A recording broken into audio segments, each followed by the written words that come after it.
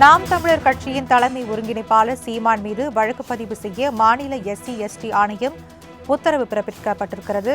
ஆவடி காவல் ஆணையர் அலுவலகத்திற்கு உட்பட்ட பட்டாபிராம் காவல் நிலையத்தில் ஆஜேஷ் என்பவர் சீமான் மீது புகார் அளித்திருக்கிறார். தற்போது கிடைத்துள்ள அண்மைச் செய்தியாக இதை பார்த்து வருகிறோம். புகார் தொடர்பாக வழக்கு பதிவு செய்து விசாரணை மேற்கொள்ள ஆவடி காவல் ஆணையரகத்திற்கு SC/ST ஆணையம் உத்தரவு பிறப்பித்திருக்கிறது. இது குறித்தான கூடுதல் விவரங்களை எமது தலைமை செய்தியாளர் ராகவேந்தரிடம் கேட்டு பெறலாம். வணக்கம் ராகவேந்தர், விவரங்களை பதிவு பண்ணலாம். வணக்கம்.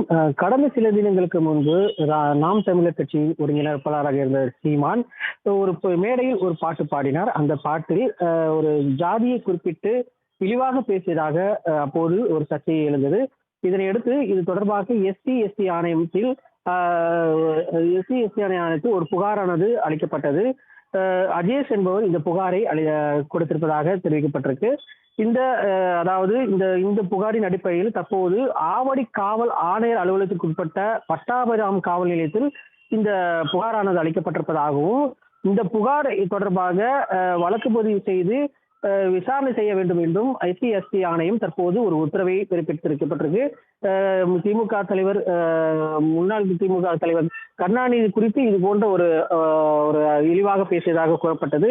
அதன் அடிப்படையில் தற்போது வன்கொடுமை சட்டப்பிரிவின் கீழ் வழக்கு பதிவு செய்து அதன் அறிக்கையை 2ஆம் தேதி தாக்கல் செய்ய வேண்டும் என்றும் SC/ST ஆணையம் தெரிவித்திருக்கிறது. தற்போது பட்டாபிராம் போலீசார் இது தொடர்பாக வழக்கு பதிவு செய்து விசாரணையை மேற்கொள்ள இருப்பதாகவும் தெரிவிக்கப்பட்டிருக்கு.